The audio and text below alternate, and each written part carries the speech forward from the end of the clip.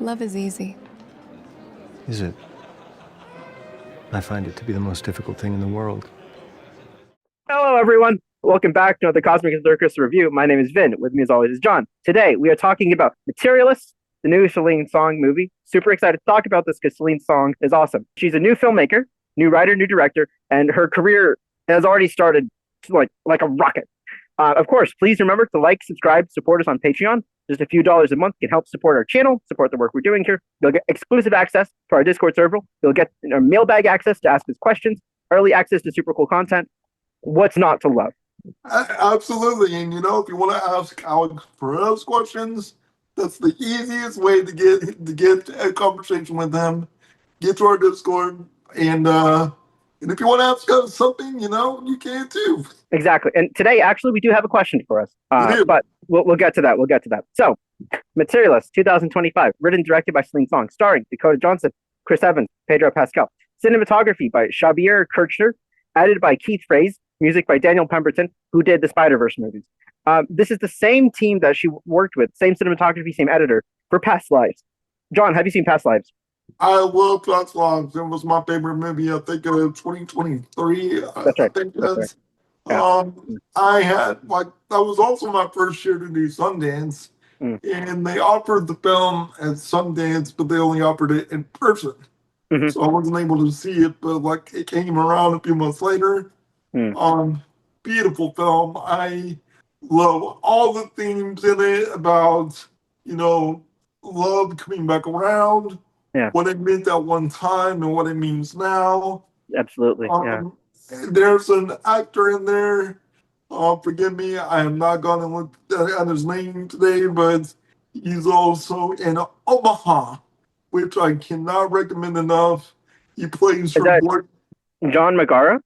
John Magaro, he plays her boyfriend in Past Lives, and he's amazing in Omaha. So if you can go see those, incredible film. I love Past Lives. It's a beautiful movie. I remember when it came out, it had a really slow release. It took forever for it to come out. It didn't come out to every theater. Then it took forever to go online. So by the time I watched it, I just kept forgetting it. I was so excited for it. I kept forgetting about it. Then life got busy. So I finally just watched it today, finally, which I feel terrible about because I was so excited 2 years ago, and life moved on. Today I watched it and I love it. Yeah. Such a tender film, and I love movies that communicate sincere humanity. And I think that's one of those films that is rich with humanity and character. It also stars the world's best boyfriend. John Magaro in that movie. What that character? Yeah. What a luck! It takes a certain kind of person to have that kind of confidence and compassion. To be like, you know what? You need this. You need this. You need to get it resolved. When you get it resolved, come back to me. I'll be here. Yeah.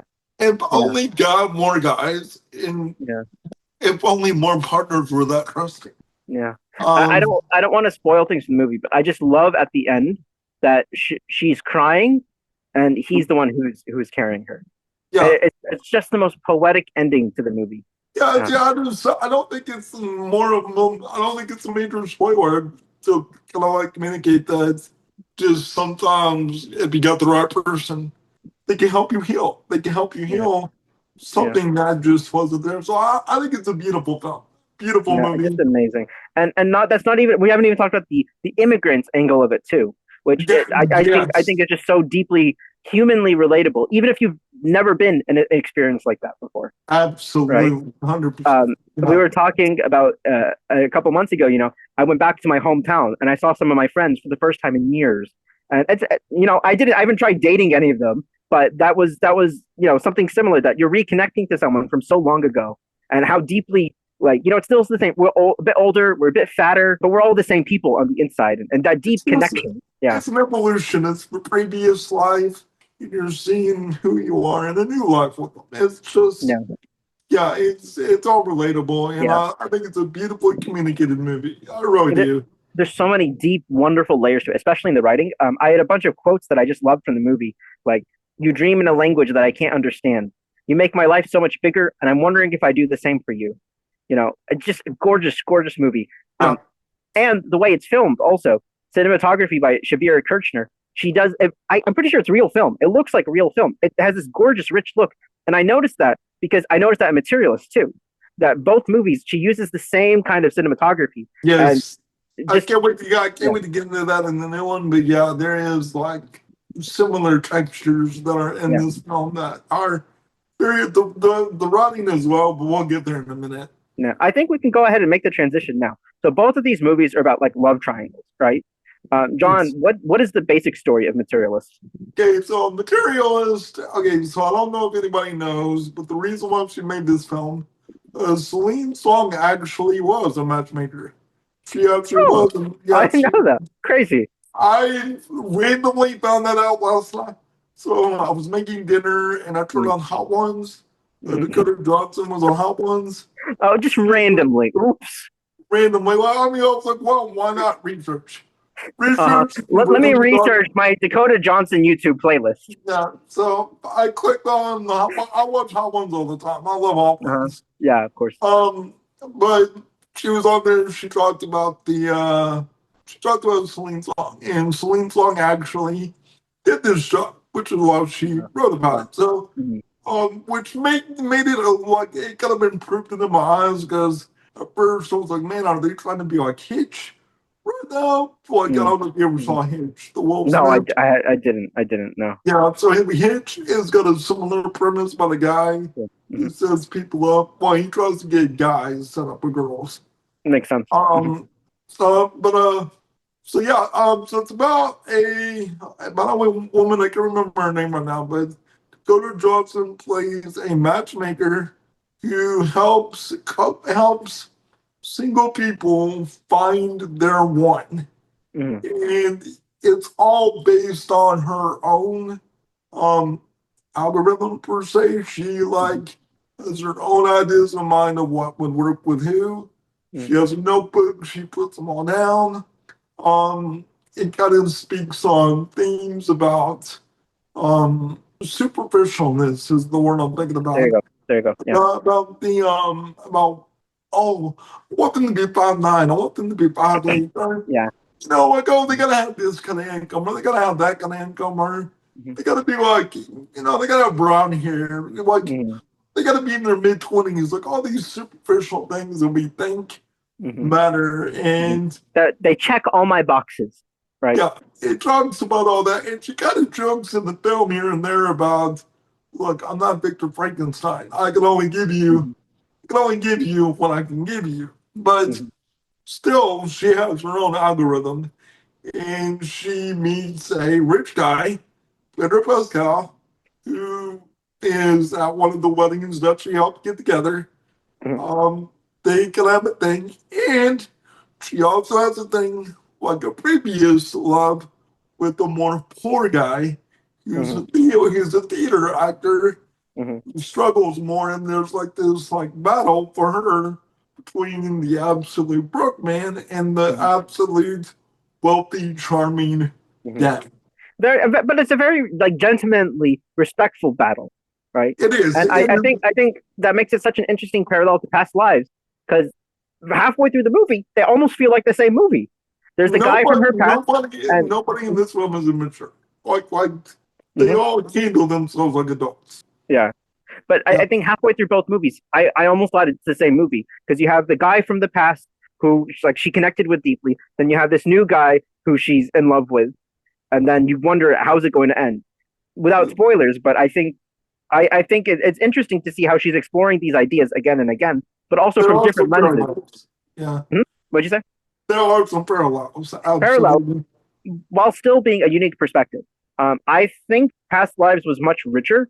I think the writing was deeper, and also the immigrant angle just adds so much more to it. I think, like the cultural and how her new husband can't connect with her, and he's trying to connect with her, but he just can't connect with her Koreanness the same way. I think Materialist is good, but I think it's weaker in the context of Past Lives. So I 100% agree with you, and I actually might go harder than that. Sure, go ahead. Because I'll be clear, So I actually really loved Materialists, but I just think Past Lives is so much stronger, and there's a lot of common ground. I did not love it. I did not love it. I liked it. Oh, uh-huh. I did not love it. I liked it. I liked it. Like, that's not a bad thing. Hmm. I liked it. Like, so somebody told me that it was like a deconstruction of like the romance drama. Yeah, And I was watching and going, okay, well, that's true. If that is so true, yeah, I wouldn't. then they are absolutely having their cake And eat it. and I eating wouldn't call it. it. I called it a very traditional, classic romance drama. I wouldn't call it a deconstruction at all. It's very Sabrina-like. I don't know if you ever seen Sabrina. The Teenage Witch. I know. It's a Context. classic. It's a classic romance drama. Like they even 95? remade it with they even remade it with Harrison Ford, I believe. Oh, no. Never seen this. Never even heard of this. Okay. So, it's Humphrey very, Bogart, Audrey Hepburn. Wow. yeah, it feels very Sabrina-like to me. Just that old school classic romance film. Yeah, it does. Like in it, and it. But the thing is, I need to make it clear this was not going to be a fair review, because for me anyway, because I don't do well with these kind of genre movies. I don't Why? because like I always find it. I always find it. I know everything that's going to happen before I watch it. Like I know everything, and it like it makes it difficult for me to enjoy sometimes because I'm like, there's only one way this is gonna go. You Like, watch a Final Destination movie, you know there's only one way it's gonna go. no, absolutely not. Actually, I picked one of my favorite films. Like, I'm gonna name two films that I love that actually have to do with romance. Now, I might be more Sure, cynical. go ahead, I might be more Yeah, cynical, yeah. but it's 500 Days of Summer. I think Hmm. is a brilliant deconstruction of this concept. Okay. Where like it talks about the whole Disney romance thing that we got growing up, Hmm. where we actually believe that we're gonna find the one and it's gonna be sugary, flowery rainbows, and there's gonna be like happily ever after. When the real thing is, right after they kiss the prince, more happens. Hmm. More that happens after they meet the prince. Hmm. Um, and 500 Days of Summer does a really brilliant thing. Have you ever seen that movie, by the way? A long time ago. Yeah. So like, there's the expectation of what he believes is going to go down, Hmm. and then Hmm. there's what's actually going Actually, down. what happens? Yeah. Playing side by side. And I think it's one of the most brilliant like depictions of Hmm. what modern romance was like back Hmm. then. And Um, your other one is when Harry Met Sally, I think it's a great film. I one of my all-time favorites I ever. I think it's a love. great Yeah. film, but I think that movie is elevated by the performances. Hmm. Um, Crazy Stupid Love is arguably one of my favorite like romantic comedies of the last 15 years, but it it feeds on all the ideas of love, Hmm. like the awkward and the breakups, the divorce, Hmm. and the Hmm. getting together. And they also talk about like it gets got what's his name? Oh God. Ryan Gosling and like Anne Hathaway, right? no, it's the girl from No, what am I thinking of? Amazing Spider-Man. I can't think of Oh, her Emma name. Stone. Emma Stone. Yeah, Emma Stone, like Emma Stone and him Hmm. have almost like a reverse like narrative going on that kind of it, I deeply love Crazy Stupid Love. I think it's like one of my favorite films. I haven't seen this one. I really need to go back for it. I It didn't. is I just wasn't the right age at the right time. But I need to go it's back. so good. It's so I think it's very underrated. I think it's very Sure, underrated. sure. I'm This waiting for you to say Eternal Sunshine. they different. Eternal Sunshine is more experimental. I I know, think but it is worth mentioning because Eternal Sunshine is in Past Lives, right? yeah. I mean, it does. It feeds on that idea of romantic comedy, but like it But it's subverts not it. a. It's not really a comedy. Yeah, It is at times, but it's wild. It yeah, plays with the ideas, you know. yeah. Um, the thing about it is, man, for me with this film, is that it is by the numbers. When you break it down, it does everything Yeah. exactly like you think it You know would. exactly how it's going to end. From definitely like from the first act, you know how it's going to end. I still enjoy the journey. I Yeah. wasn't like I dig. So the things I'll tell you what I liked. Hmm. I love the cinematography. Every shot in this film looks amazing, Hmm. amazing, pristine. Hmm. There's a conversation between Dakota and Pedro. They're at a restaurant. There's a lamp above them, and they're Hmm. eating.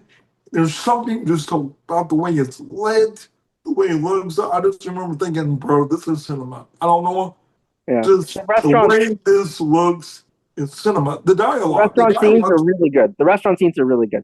yeah, Yeah. The dialogue is amazing. dialogue is crisp, very well done. I love on the dialogue. There's like moments where where she's writing things. I Hmm. was like, dude, I feel like I'm watching Tarantino write a romance movie right now. It's just Sure. such good dialogue. Yeah. Yeah. And still, it has the most cheeseball, unrealistic, goofy ending that Unrealistic, I goofy ending. don't believe that would happen.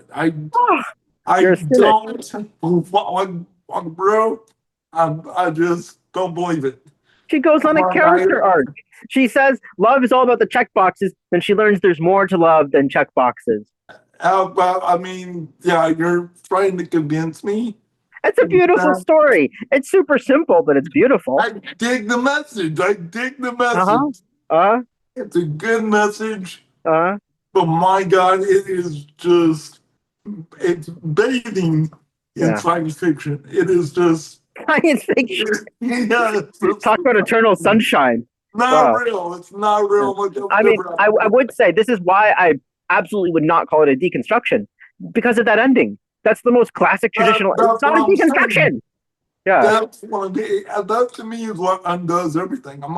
No. I just don't believe you, movie. Now, The you're probably going, deconstruction would be if she rejects love. If she rejects it, that would be the deconstruction. I think it would be more of like everybody who's supposed to get what they're supposed to get. Like, And that's you what know, makes it a comedy. If you go back to Shakespearean comedies, everyone gets a happy ending. It's a comedy. but I don't think where it ends would actually happen. I Hmm. don't think like, and I won't go into spoilers with it, but I just don't buy. I'm like, movie, this is more fantasy than Lord of the Rings right You're now. a cynic, my God. Wow. It's not even Yeah. cynical. It's just Yeah. like, I I mean, don't think it has to be realistic, but I think it has to feel real to the arc of the characters and the emotions of the story in the movie. It doesn't right. mean it has to be real for you and me and our boring, mundane, not Dakota Johnson lives. People But go to movies for escape, and if you're looking for escape, you're going to get an escape from this isn't film. that wonderful? I guess. I guess. I mean, like the thing is, like it's to me, it's like we've seen this escape a million times before, Yeah, and to me, like that's not satisfying. yeah. To me, like there was a way to still give a cheeseball ending and trying to do it different. Hmm. I just don't know if where it landed for me was the appropriate way for it to land. Now, And you're probably going to ask me, well, what would you have done better? I don't know because I don't know if I would have made this movie at all. no, So I'm actually going to agree with you for just a second. I think that I would even say When Harry Met Sally, I disagree with the ending of that movie because I think the premise of When Harry Met Sally should be that they don't that a man and a woman can be friends without romance and that they should end and without I getting agree. together. I Yeah. 100% And agree. I adore that. It's one of my top 5 movies of all time. But that ending, I think, is what you're saying here. It goes right It's back just to saying we want to give you the happy the cheeseball drop fantasy the ending. scene, yeah. And when Harry Met Sally, as much as I love that movie, I do think that in my fan fiction, I would cut out the ending, reshoot, put my alternate ending, and then Yeah, it would. because But sometimes you also that's want to okay. you want to feel good at the end of the movie, and it's a beautiful scene at the New Year's Eve, right? Yeah. And to me, like, dude, like that could have worked even in this film. That could have worked in this film. People can be friends. Yeah, And it could be emotionally satisfying for that reason. yeah. I don't know if like you have to like say, that Cinderella is always gonna get the prince. Hmm. You know what I'm saying? Like Hmm. we've seen that 1,000 times. So, like, and it's not that it's impossible. I dig the message, I dig the message. Absolutely. Cinderella can get the billionaire prince. I totally believe that is possible. Princess Anne Hathaway, Princess Diaries. Absolutely. Yeah. I believe it might be real, but it's like at some point you're asking me in a movie that wants to be grounded to buy that ending, and I just felt totally it did not work for me at all. hmm I don't actually. It's an interesting point because when I was watching the movie, I actually had the feeling that this is a slightly alternate timeline, that this is a slightly alternate Earth, and I'm actually not sure why I felt that. But from the very beginning, I think when she's walking through the city, she's talking about her matchmaking service. There's just something about it that made me feel like this is an alternate universe, that this is not our normal Earth. I don't know why I felt that. But even when they're talking about the surgery with the leg extensions or whatever, I'm like, oh, okay, of course, because in this timeline they have that. Or I don't know why I thought that, but for me, this whole movie, Is it a real thing? I was like, I'm wondering. I don't know, but I might need it. I'm a very short man, John. For But I, 200,000 dollars, you can get anybody you want, Ben. I don't know what it. Did you feel this too? That it felt like an alternate universe? I don't know why I thought that, but I genuinely felt like this, like the way it was communicating, because it felt like the same cinematic style as Past Lives. Clubs. Yeah, so it Yeah. was like I felt like I was in a grounded drama where I'm supposed to feel like I'm in a real environment.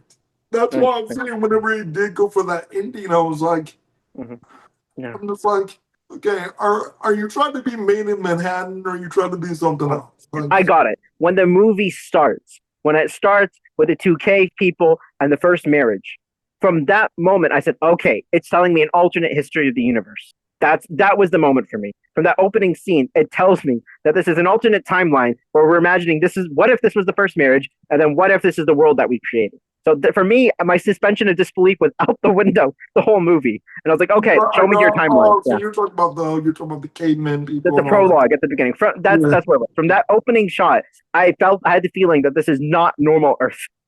This is some alternate fantasy Earth. Got it. I don't know what that means. I think all you're telling me is like that it's still science fiction. So I mean, Alternate fantasy Earth, multiverse, science fiction. Man. Pedro Pascal. This could be Reed Richards. Reed Richards and Madam Web and Captain America Human Torch. In a different timeline, you know? You never Oh know. my God. We're so MCU brain rot. Anyway, should we move into spoilers? Sure. I feel like we've already spoiled enough. Spoilers starting right now. Spoilers! If you have not seen the movie, get out. Okay. You're trying to make me believe Pedro Pascal, who is the most He's a unicorn. charming mofo alive, who is like absolutely a unicorn even in real life. Got all this wealth and amazing, like literally, dude, like just the most significant amount of security anyone can ever ask for. Being around this guy, he displays no red flags, nothing at all. But she's gonna go out the door and be with the bro guy. It's love, John. That's the whole movie. Yeah, I'm telling you, the people. Like, I don't know if this is the people I've been around, but I'm like, that ain't real. Oh man, you're a cynic. Not real. I could be, but like, I don't know anyone who would do that. I mean, it's. I saw a Letterboxd review. It was a negative review, but it's saying that this whole movie is the final speech from Harry Met Sally, just for a whole movie. And that final speech from Harry Met Sally is beautiful. When you've met the woman you want to spend the rest of your life with, you want the rest of your life to start today, to start right away. And that's this whole movie. That's the speech that the girl gives her. What's her name? Sheila, or something. Sophie. That's the speech that Sophie gives her at the end. And that's what helps complete her character arc. And she realizes that there's more to a relationship than checkboxes, that you have to have love at the core. So she ignores her checkboxes and she goes with the love. It's a beautiful story. The person that I saw in the film that Dakota Johnson is and was, who had all these algorithms, like, yeah, she claimed to be self-aware. Yeah. It did not get there for me. I was like, I do not believe this person is going to settle.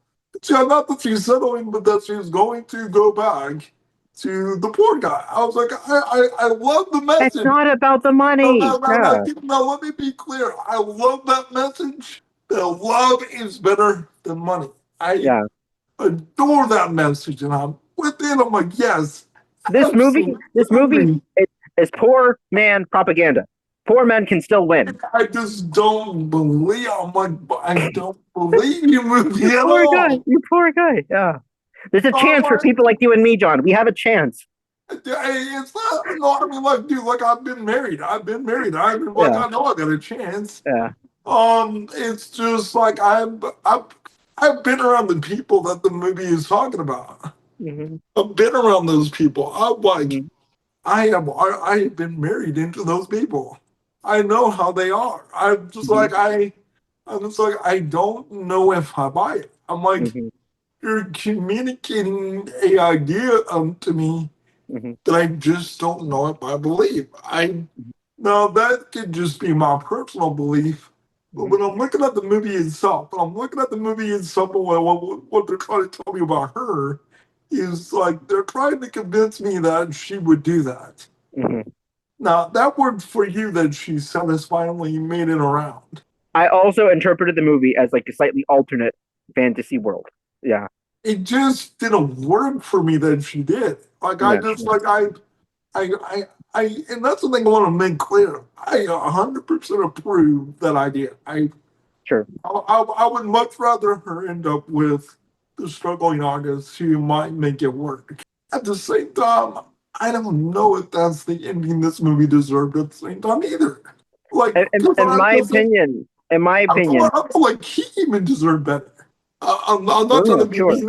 Yeah. Sure. Yeah. I think there's many ways to go. First, I want to say I'm as I imagine, I don't think he ever gets his act together.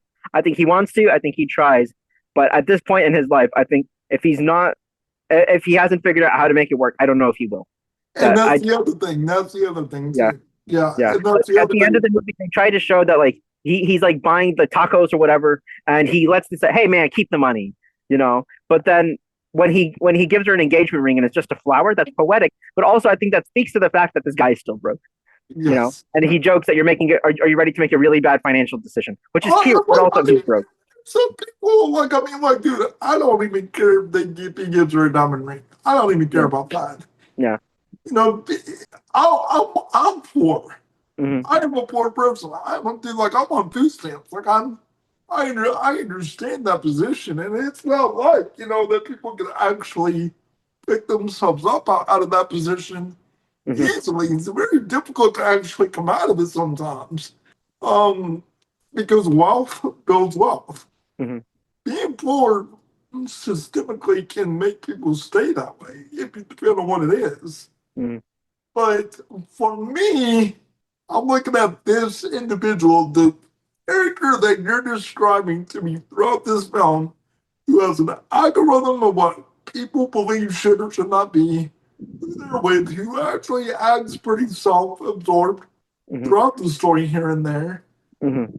I don't know if it got me there to the end to make me believe that this person would actually choose him over her. I mean, over Pedro Pascal. I don't know if I bought that.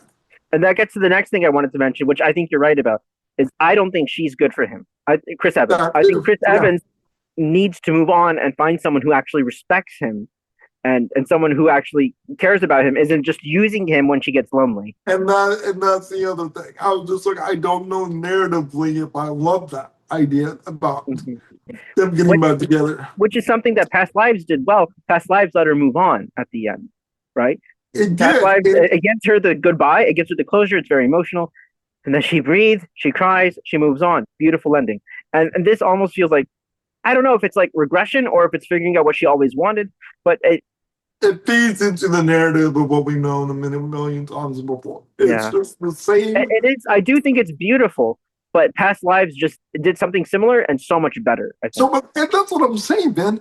Yeah. That's what I'm saying. Would Past Lives have been better if she ended up with like the guy that she That's grew the up most with. stereotypical cliche thing. The fact that she doesn't, it was what makes it mature and modern. That's what I'm saying. That's, Yeah, that's what I yeah, mean. And and that's why I call Materialist. That's why I think it's a very classic, old school style movie. It's not mature and modern at all. it's, It's very traditional, old school, almost frustratingly so. yeah. And that's how I felt. And that's kind of Yeah, where I'm at with it. I yeah. just did not love where it is. I don't even know if it's because I'm cynical. I Hmm. just, like, I mean, I know it plays into it a little bit, Hmm. but you kind of had to work a little hard narratively to get me to that point. And I don't know if it, like, made it to, I don't know if it convinced me that she would do that. And Yeah. I wish she did because I think Celine Song is amazing, right? I think she's great. Um, but I think there was some more there that could have been worked on. I know Dakota Johnson made her own studio to Hmm. give her a little more leeway, a little more control. And Hmm. from what I understand, Dakota Johnson approves of more happy endings. She likes Really? to, that's what she said in the Hot Ones episode.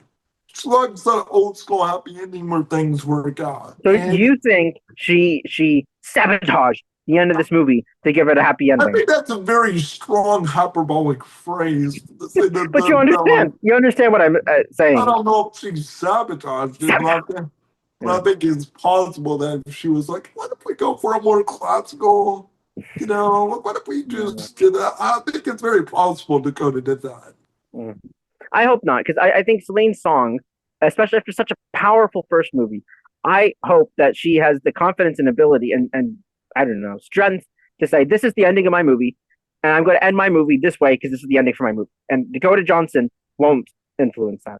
I hope so too, but man, she is Dakota Johnson. She is Yeah. like royalty, I and actually I saw earlier today, um, I think the original cast for this movie had Jeremy Allen White as the waiter, and Dakota Johnson was Jodie Comer.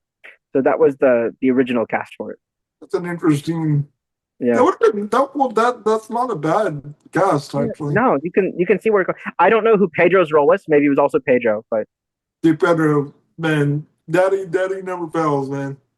his role, actually, I want to talk about that. I thought he was very flat, which fits the character. It fits the role, but it's almost kind of weird because we've seen him do such emotional, so much range before, and here he's almost playing a one note character I'm intentionally. It's part of the character. I genuinely don't think he's flat in this movie. Okay, okay, I think he's doing a lot of work for what he's given. sure, He's only supposed to play the over charming guy, and yeah, that's exactly what he does. He's playing yeah. daddy, bro. Like Yeah, that's what he but is. Like, I didn't feel any kind of a conflict or depth in him. It was just I'm he's the guy with a lot of money. He knows what he wants. You check my boxes, I check your I boxes. We make a deal. disagree, and I could point out a specific scene where he's Go great. ahead, And go ahead, go ahead. so there's a sequence where they're sitting at the table.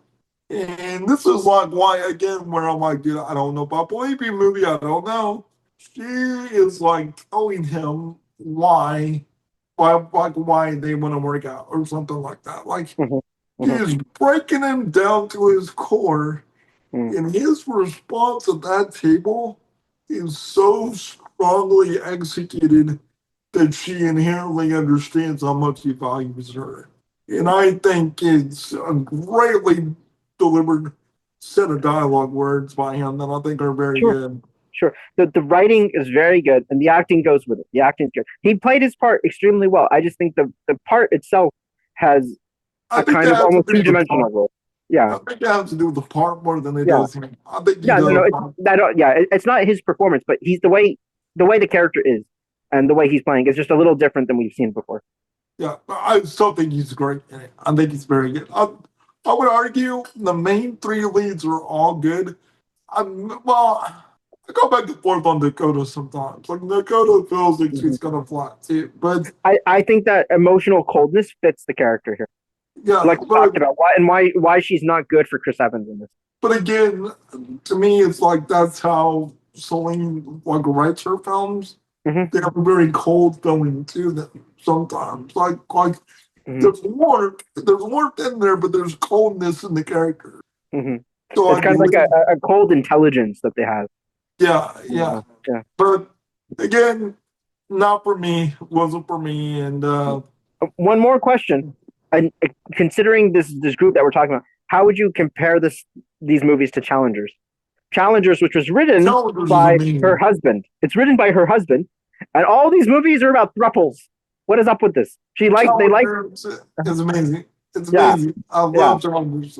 yeah, I think they're different. You definitely. know, like Challengers is like the heavy metal version of Materialists, right? Like Yeah, it's like going it's going hard. It's got an energy to it. It's like great movie. Yeah, fast and loose but and what is crazy. it? What is it with this couple and writing movies about threes? Maybe they have an open relationship. I don't know. I don't know. I Yeah, don't know. But anyway, funny. Anyway, good movie. good movie. Not great. No, I think it's really good, especially for a modern romance. But you mentioned so many, and I think there's so many better romance movies that I think I would recommend you. Yeah, this one's pretty good. Go check out the classics though. You know what Go movie is check out the you great know ones. what it's better? You know what movie is better than? Me Wolfman. Before You. Oh, Yeah, of course, yeah, Me Before You. Yeah, yeah. Way yeah, better than Me Before yeah. You. Anyway. And everything's better than Wolfman. Oh my gosh. Anyway. All right, No, all but right. where would you rank this among sinners, huh? Then, I have it. huh? I have it above Sinners. This is my top of the year now. It surpassed Final Destination Bloodlines But how is that possible when Sinners is better than Final Destination Bloodlines? because it's not. Oh my gosh. Anyway. All right, bud. Yeah. Okay, What's so bud. funny is that I gave Final Destination Bloodlines a 4.5 out of 5, and I gave this a 4. But this is of course a better movie than Bloodlines. But Bloodlines is just it checked my boxes. I don't even know how you gave this one a 4. I'm like, No, not for you. Huh? I'm a sucker for some good sentimental romances, but I'm picky. I'm picky, but when I like it, I'm a sucker. Yeah. For example, like Harry Met Sally, one of my, I think I've seen it 7, 8 times or something. I adore that movie. great film. Yeah. Very much Sleepless in man. Seattle, I don't like Sleepless in Seattle, so I'm just picky with them. Completely fine. Completely fine. You know what movie I like better than Sleepless in Seattle? You're going to actually look at me and go, what? But You got Mel. I haven't seen that since I was a kid. I really want to rewatch it. I haven't seen it since I was like 7 or younger. You know, when you look back on it, Tom Hanks is an absolute creep in it. But Yeah, I bet a lot of those romantic movies, like I mean, not even to get into the Woody Allen of it all, but a oh lot. god, I am. You know what's interesting? I have not seen a single movie about Woody Allen. I like Annie Hall, but when Harry Met Sally's almost the same thing, and without Woody Allen. So I just take that. I just feel relieved that that entire spectrum Hmm. missed me. That way, I don't Yeah, have any like attachments yeah, to that weirdo. I'm just like, man, yeah, I'm glad I don't have yeah. any I connection to his went films. through a small phase where I started watching his movies. A lot of them, it's this. He does the same stuff over and over and over. Yeah. Eh. Yeah. So mailbag, Dao Phi Boy, our guy. He says, "Hi, Vin and John. I'd like to know your guys' favorite movie director." Favorite movie director. It's a big You know, question, my that's friend. Yeah. can I just say one thing to this guy? How are you going to try to tell me to pick between children? How? I love them all. I love all the children. Tell us, tell us your favorites then. Let's say not one, but just say a couple. I'll just go through. Like, I actually want to talk about ones that are gone now. Okay. And, like, I don't know if I have one that is, like, I have a favorite. You know, because I mean, like, dude, there's so many greats.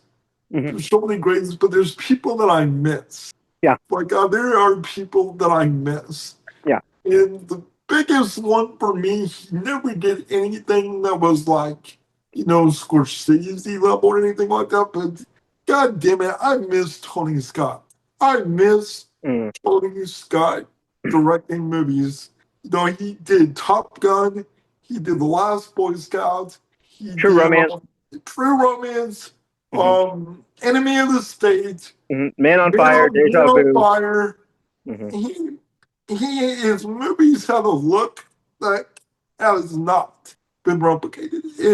His movies just had such a 90s and 2000 aesthetic that just have not been like repeated by anyone. He was a big fan of if you watch the sequence in his movies, his sequences were lit up by windows. Oh wow. Again, the window lights, the window shades, just the way that they look. I mean, I miss that guy so much.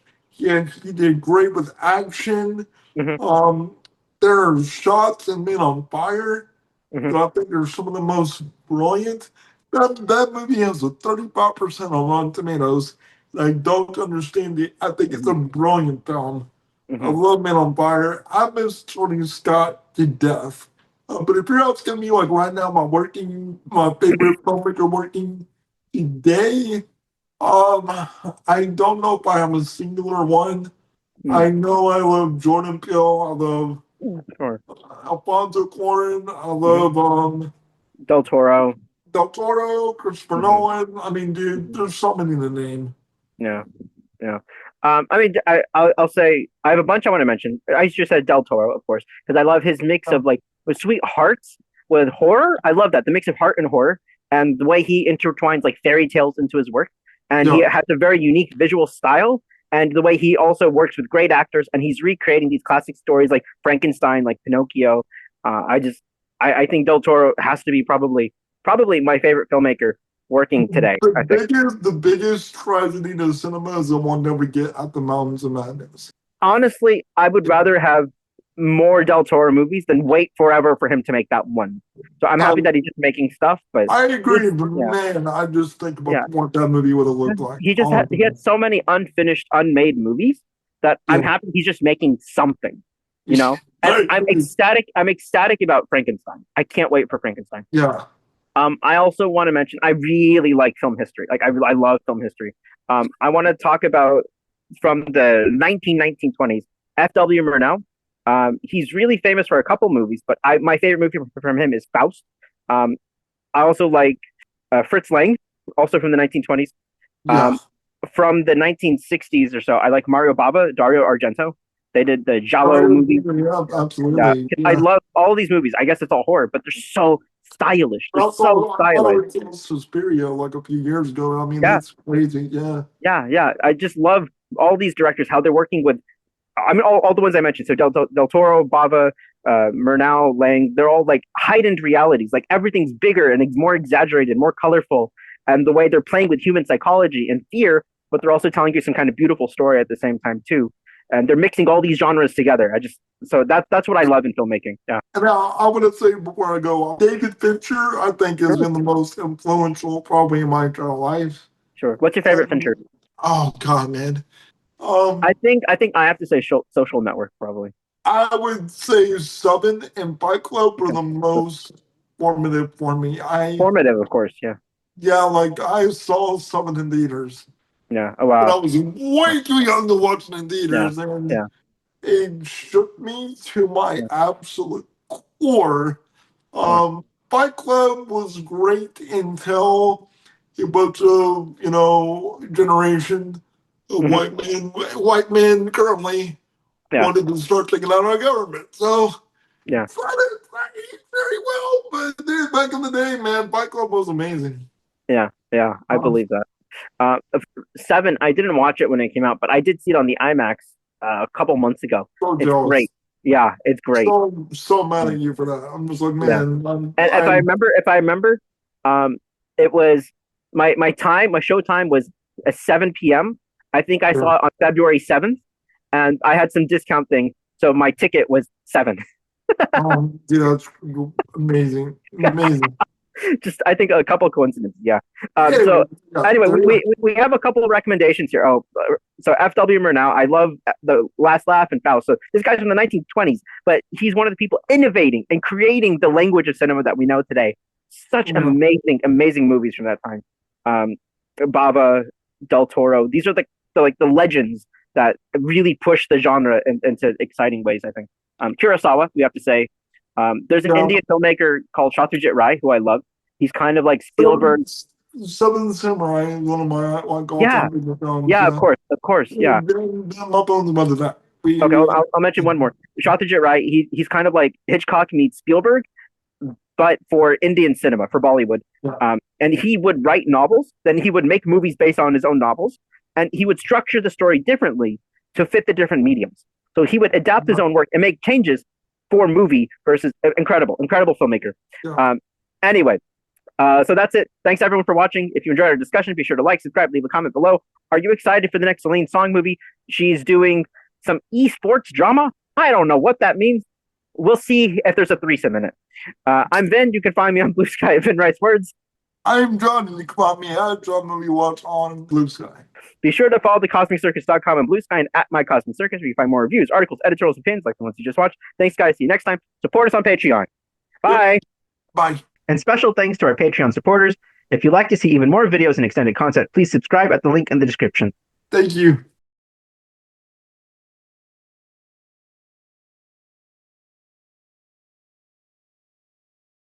And how do I look, by the way? Am I? You look so good, dude. You look wonderful. This is being recorded right now. I'm going to put this in the video. I got that neighborly, I got that look that, hey, you can knock on my door, Peter, or you don't look right now. Hey, John, you can come knock on my door any day you want. Yeah. Just come over. Just come over. I'll be sober, but absolutely. All right.